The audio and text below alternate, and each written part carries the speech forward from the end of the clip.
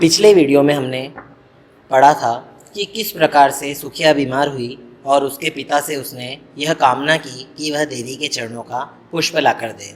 उसकी इस कामना को पूरा करने के लिए उसके पिता मंदिर की ओर चल पड़ते हैं। अब आगे इस प्रकार है। ऊंचे शैल शिखर के ऊपर मंदिर था विस्तीर्ण विशाल, स्वर्ण कलश सरसिज विहसित थे, पाकर समुदित रवि कर जाल। धूप दीप से आमोदित था मंदिर का आंगन सारा, गूंज रही थी भीतर बाहर मुखरित उत्सव की धारा। अर्थात जब सुखिया के पिता मंदिर पहुंचे तो उन्होंने देखा कि एक ऊंचे शैल शिखर के ऊपर, ऊंचे पहाड़ के ऊपर एक मंदिर बना हुआ था। वह बहुत विशाल था। मंदिर के ऊपर स्वर्ण कलश स्थित था, उस पर बहुत से कमल लगे हुए थे। पूरे मंदिर का वातावरण धूप और दीप से आमोदित था। वहाँ धूप और दीप की आभा बिखरी पड़ी थी। मंदिर का सारा आंगन इसी उत्सव की गूंज से गूंज रहा था। वहाँ पर शायद कोई उत्सव हो रहा था, जिसके कारण मंदिर का सारा आंगन गुंजायमान हो रहा था।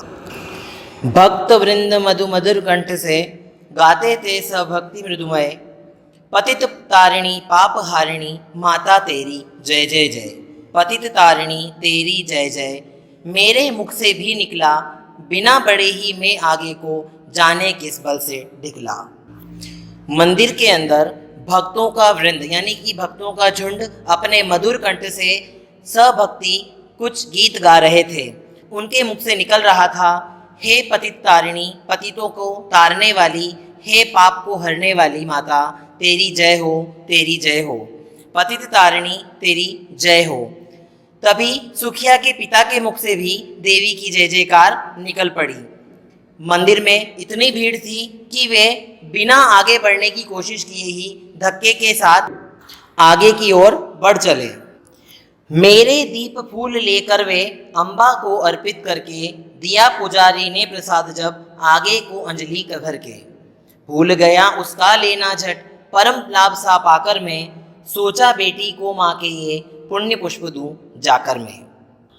आगे बढ़ने पर जब पुजारी ने सुखिया के पिता के हाथ से दीप और फूल लेकर माता को अर्पित कर दिए तो उसके पिता मन ही मन बहुत प्रसन्न हुए। पुजारी ने उन्हें वापस से प्रसाद दिया और उन्होंने अपनी अंजलि यानी कि अपने ढोबे में प्रसाद को भर लिया।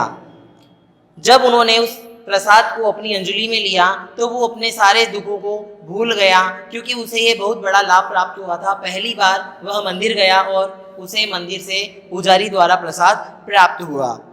उसने सोचा कि अब मैं माता के ये जो पुण्य पुष्प हैं, माता का जो प्रसाद रूपी पुष्प जो हैं, अब मैं अपनी बेटी को ले जाकर दूंगा, जिससे कि वह पुनः ठीक हो जाएगी, स्वस्थ हो जाएगी। सिंहपुर तक भी आंगन से नहीं पहुंचने में पाया, सहसा सुन यह पड़ा कि कैसे यह अछूत भीतर आया। सहसा यह सुन पड़ा कि कैसे यह अछूत भीतर आया। पकड़ो देखो भाग न जावे, बना धूर्त यह है कैसा, साफ स्वच्छ परिधान किए हैं भले मानुषों के जैसा। सुखिया के पिता प्रसाद लेकर अपने घर की ओर लौट पड़े। वे मंदिर के सिंहपुर यानी कि मंदिर के द्वार तक भी नहीं पहुंचे थे कि अचानक किसी ने पीछे से आवाज दी कि अरे, यह अछूत इस मंदिर में कैसे आया? इसने इस मंदिर में आकर यह क्या पाप कर दिया? पकड़ो, इसे पकड़ो, देखो यह भाग न जाए। यह कैसा धूर्त है, इसने यह साफ स्वच्छ कपड़े पहनकर भले मनुष्यों के जैसे कैसे इस प्रकार इस मंदिर में यह आ गया? इसे पकड़ो, यह भाग न जाए। सुखिया के पिता, जिन्हें तथाकथित अछूत कहा गया है, जब वे मंदिर के भीतर प्रवेश कर गए और किसी ने उन्हें पहचान लिया तो इस प्रकार की बात कही गई कि यह इस मंदिर में कैसे आ गया, इसे पकड़ लो ताकि यह यहाँ से बिना दंड पाए न जा सके। पापी ने मंदिर में घुसकर किया अनर्थ बड़ा भारी, कलुषित कर दी है मंदिर की चिरकालिक शुचिता सारी। क्या मेरा कलुष बड़ा है देवी की गरिमा से भी, किसी बात में मैं हूँ आगे माता की महिमा से भी। लोगों का कहना था कि सुखिया के पिता ने मंदिर में घुसकर एक बहुत बड़ा पाप कर लिया है, इसीलिए उसे पापी कहकर बुलाया। वे कहते हैं कि पापी ने इस मंदिर में घुसकर बहुत बड़ा अनर्थ कर दिया है और उसके मंदिर में प्रवेश करने से मंदिर की जो चिरकालिक शुचिता थी वह सब नष्ट हो गई है, अर्थात मंदिर की जो पवित्रता थी वह नष्ट हो गई है। सुखिया के पिता मन में विचार करते हैं कि क्या मेरा कलुष देवी की महिमा से, देवी की गरिमा से बड़ा है? क्या मैं किसी बात में माता से बढ़कर हूँ? क्या माता मेरे इस छोटे से कलुष को भी नहीं हर सकती? ऐसे विचार उनके मन में आते हैं। माँ के भक्त हुए तुम कैसे, करके यह विचार खोटा, माँ के सम्मुख ही माँ का तुम गौरव करते हो छोटा। कुछ न सुना भक्तों ने झट से मुझे घेर कर पकड़ लिया, मार मार कर मुक्के घूसे धम से नीचे गिरा दिया।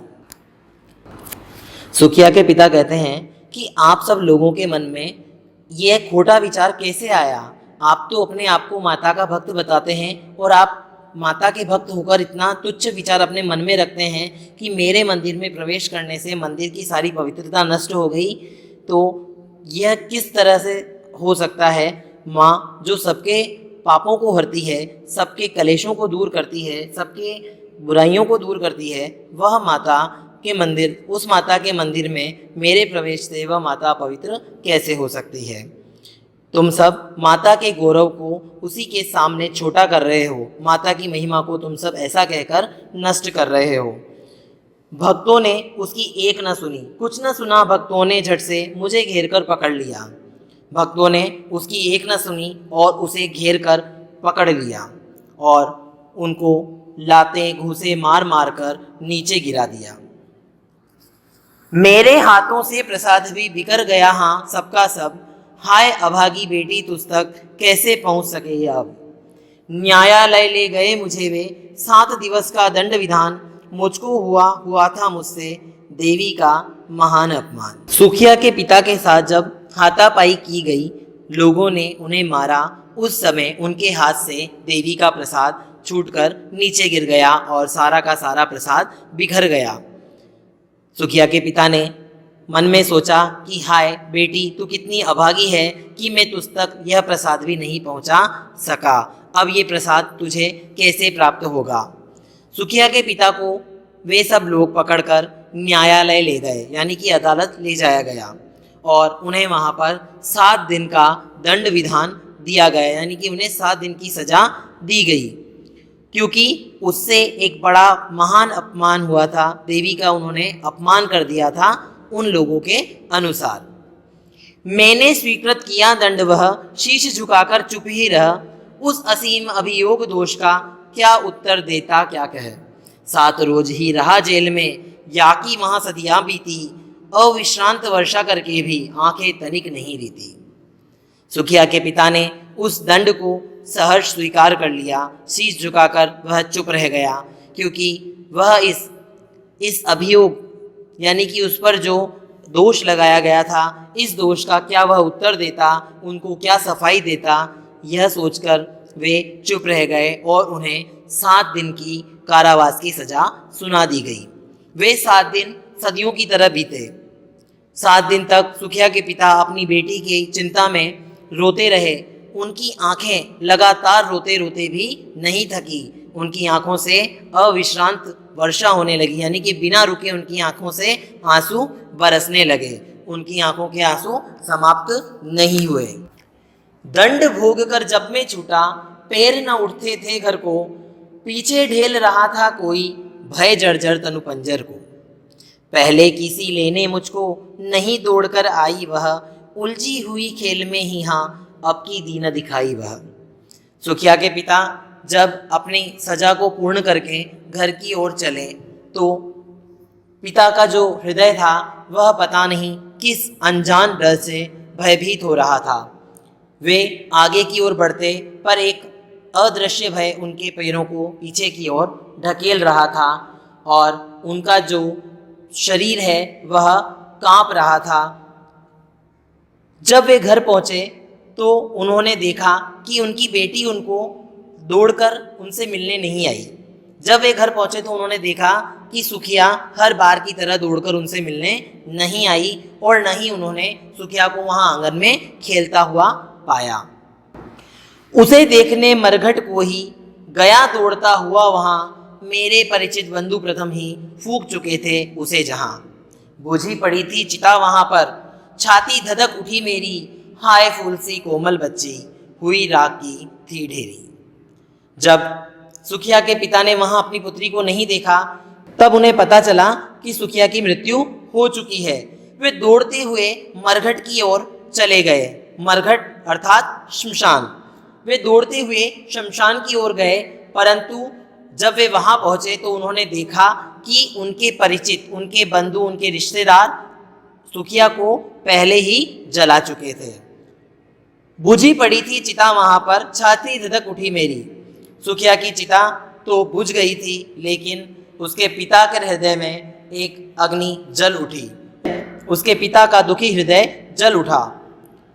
वह सोचने लगा कि हाय मेरी फूल सी कोमल बच्ची, जो फूल की तरह कोमल थी, नाजुक थी, आज राख की ढेरी हो चुकी है। अंतिम बार गोद में बेटी तुझको ले न सका मैं हाँ, एक फूल माँ का प्रसाद भी तुझको दे न सका मैं हाँ। सुखिया के पिता अपने मन में पछतावा करते हुए कहते हैं कि हे बेटी, मैं तुझे अंतिम समय में गोद में भी नहीं ले सका। मैं कितना अभागा हूँ कि मैं तुझे अपनी गोद में भी नहीं ले सका, और तेरी एक छोटी सी इच्छा कि माँ के चरणों का फूल तुझे लाकर देता, मैं उस इच्छा को भी पूरी नहीं कर सका। मैं कितना अभागा हूँ। प्रस्तुत कविता में आपने देखा कि किस प्रकार से एक व्यक्ति को अछूत कहकर उसे मंदिर में प्रवेश करने के उपरांत सजा दी गई। उसकी सजा के समय में ही उसकी बेटी, जो उस फूल का इंतजार कर रही थी, उस प्रसाद का इंतजार कर रही थी, उसकी मृत्यु हो गई। पिता अंतिम समय में अपनी पुत्री को भी नहीं देख पाया। ये उस समय के समाज की वास्तविकता है। उस समय समाज में ऐसी ही मिथ्या प्रथाएं प्रचलित थी, जिसके कारण लोगों को काफ़ी कष्ट सहना पड़ता था।